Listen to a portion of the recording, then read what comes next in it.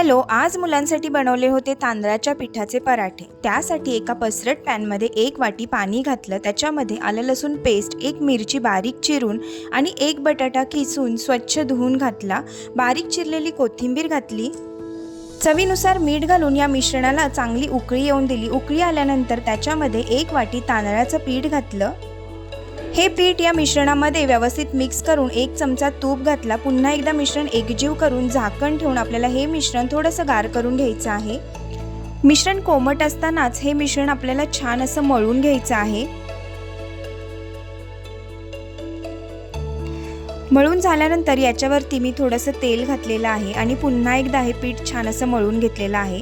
या पिठाचा एक गोळा घेऊन याला गव्हाचं पीठ किंवा तांदळाचं पीठ लावून आता आपण लाटून घेणार आहोत।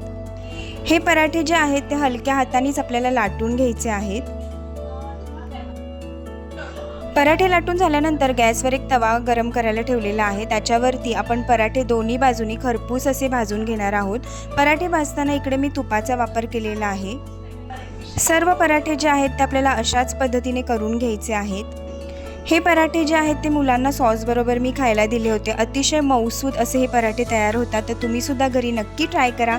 आजचा व्हिडिओ आवडला असेल तर व्हिडिओला लाईक करा। भेटूया नेक्स्ट व्हिडिओमध्ये। Bye bye.